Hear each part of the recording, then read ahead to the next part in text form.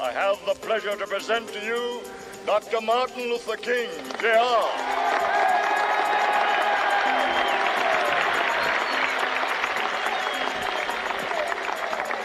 I am happy to join with you today in what will go down in history as the greatest demonstration for freedom in the history of our nation.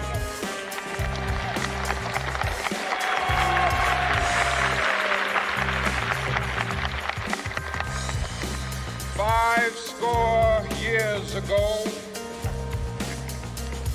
a great American in whose symbolic shadow we stand today signed the Emancipation Proclamation.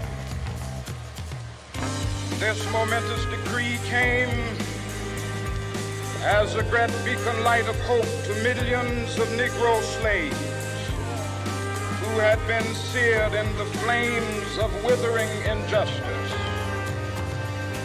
It came as a joyous daybreak to end the long night of their captivity. But 100 years later, the Negro still is not free. 100 years later, the life of the Negro is still sadly crippled by the manacles of segregation and the chains of discrimination. 100 years later, the Negro lives on a lonely island of poverty in the midst of a vast ocean of material prosperity. 100 years later, the Negro is still languished in the corners of American society and finds himself in exile in his own land. So we've come here today to dramatize a shameful condition. In a sense, we've come to our nation's capital to cash a check. When the architects of our republic wrote the magnificent words of the Constitution and the Declaration of Independence, they were signing a promissory note to which every American was to fall heir. This note was a promise that all men, yes, black men as well as white men, would be guaranteed the unalienable rights of life, liberty, and the pursuit of happiness. It is obvious today that America has defaulted on this promissory note insofar as her citizens of color are concerned. Instead of honoring this sacred obligation, America has given the Negro people a bad check, a check which has come back marked insufficient funds.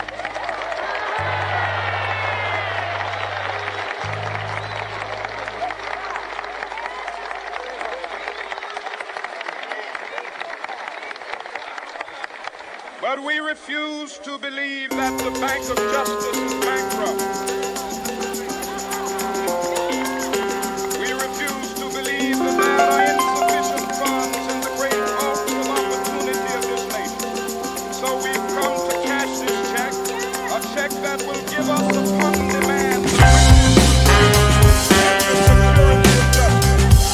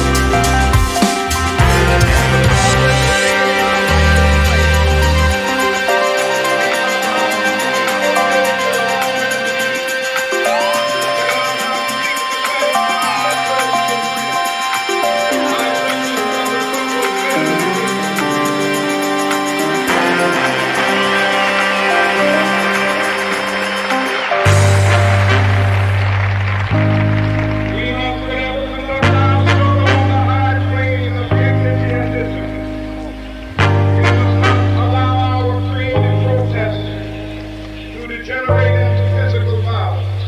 Again and again, we must rise to the majestic heights of meeting physical force with soul force.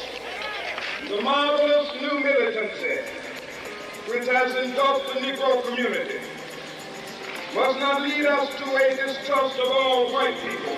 For many of our white brothers, as evidenced by their presence here today, have come to realize that their destiny is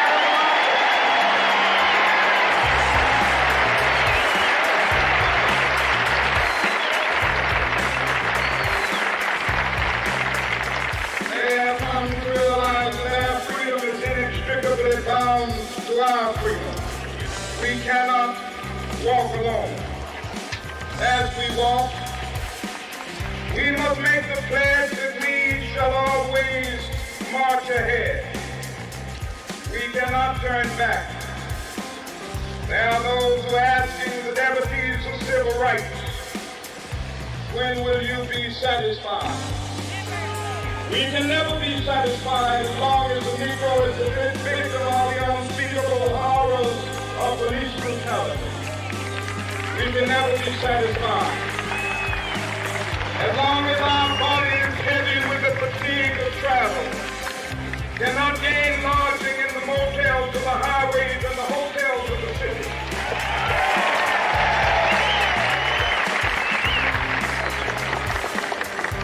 We cannot be satisfied as long as a Negro in Mississippi cannot vote and a Negro in New York believes he has nothing for which to vote.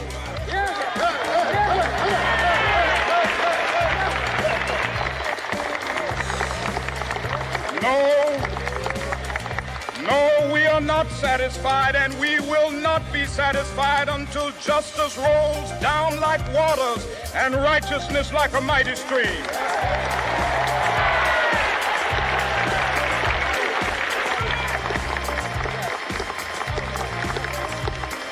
I am not unmindful that some of you have come here out of great trials and tribulations.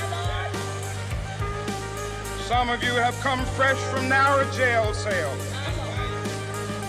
Some of you have come from areas where your quest for freedom left you battered by the storms of persecution and staggered by the winds of police brutality.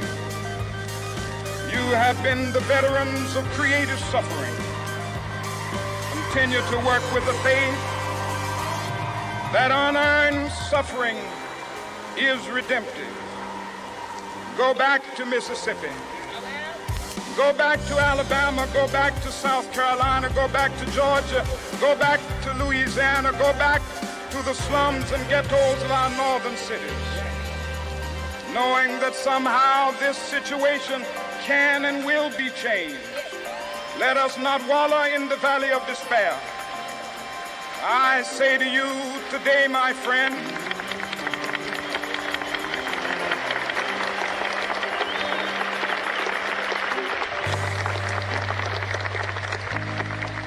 so even though we face the difficulties of today and tomorrow, I still have a dream. It is a dream deeply rooted in the American dream. I have a dream that one day this nation will rise up and live out the true meaning of its creed. We hold these truths to be self-evident, that all men are created equal.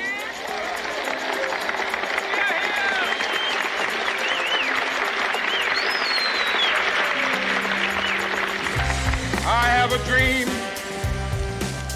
that one day on the red hills of Georgia, the sons of former slaves and the sons of former slave owners will be able to sit down together at the table of brotherhood. I have a dream that one day, even the state of Mississippi, a state sweltering with the heat of injustice, sweltering with the heat of oppression, will be transformed into an oasis of freedom and justice. I have a dream that my 4 little children will one day live in a nation where they will not be judged by the color of their skin, but by the content of their character. I have a dream today.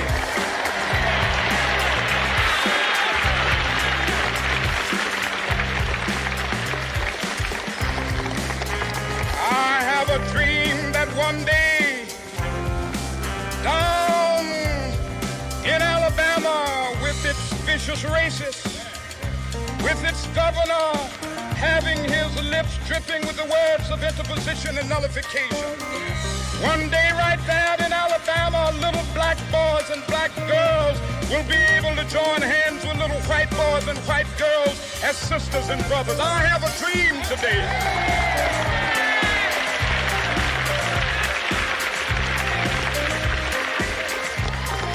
I have a dream that one day every valley shall be exalted, every hill and mountain shall be made low, the rough places will be made plain, and the crooked places will be made straight, and the glory of the Lord shall be revealed, and all flesh shall see it together. This is our hope. This is a faith that I go back to the South with. With this faith, we will be able to hew out of the mountain of despair a stone of hope. With this faith, we will be able to transform the jangling discords of our nation into a beautiful symphony of brotherhood. With this faith, we will be able to work together, to pray together, to struggle together, to go to jail together, to stand up for freedom together, knowing that we will be free one day.